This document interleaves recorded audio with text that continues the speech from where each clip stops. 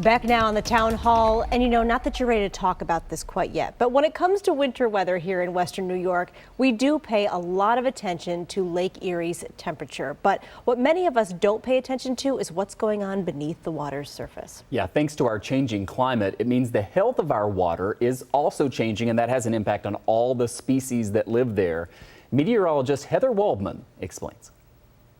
One of the most well-known tracers of climate change and the impacts that humans are having on it and the planet are the ice cores trapped up in the Arctic Circle.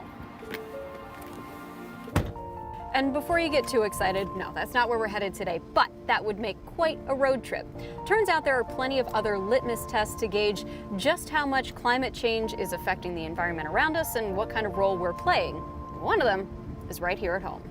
I mean, are you really that surprised? We talk about Lake Erie all the time when we consider our day-to-day weather, but I want to examine that water-weather relationship from the other side of things. That's because weather pattern changes due to climate change, well, they're having a big impact on the water itself as well. Let's go check it out. Most days when you look at the surface of the water, there's no noticeable difference from what the water was like 5, 10, even 50 years ago. But scientists have been monitoring the waters of Lake Erie at all depths. They now have data showing that oxygen levels are decreasing and phosphorus levels are increasing. Both of these chemical changes are a threat to the more than 130 species of fish that call the water home. For organisms that live in the water, right, they need to have levels that are high enough to sustain their lives. Eventually, without oxygen, it's a tough life for anything in the water. That's Dr. Chris Panuto, a professor of biology with Buff State's Great Lakes Center. While I can tell you how weather and climate work together, he can much better explain what changes in the water. Lake research data shows that those chemical changes are happening in the water. Climate research shows that climate change is indeed happening. It's happening at an accelerating rate, and we humans have quite a role in that acceleration. But where's the connection between the two?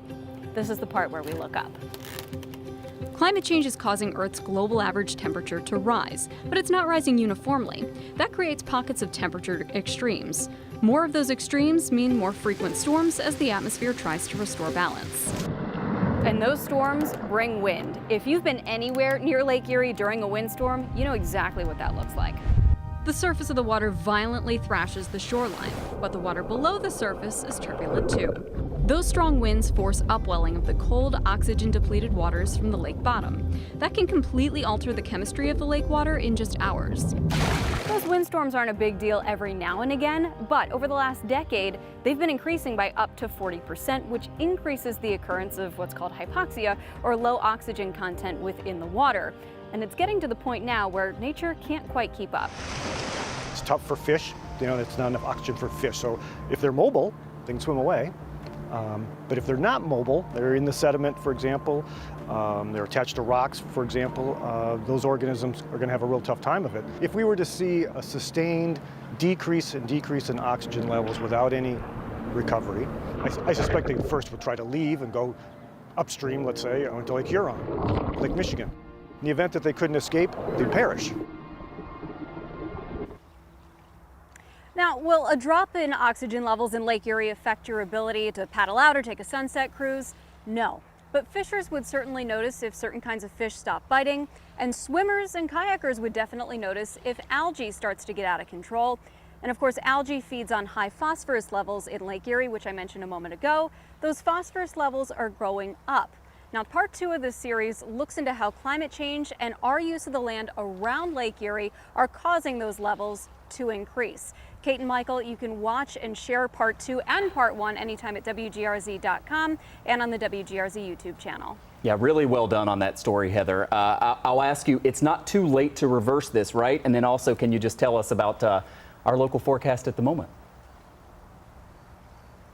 Absolutely. The good news here is that it's not too late. And we've got a couple of examples with Lake Erie and the Buffalo River. If you just go back to 1960, you think about the pollution on the Buffalo River. That's been taken care of because we've taken dramatic steps to help clean that up. And then you think about the algal blooms that were occurring so frequently on Lake Erie in the 60s and the 70s. Again, not currently a problem because we've taken steps to help fix things there. So the key here is that it is certainly not too late.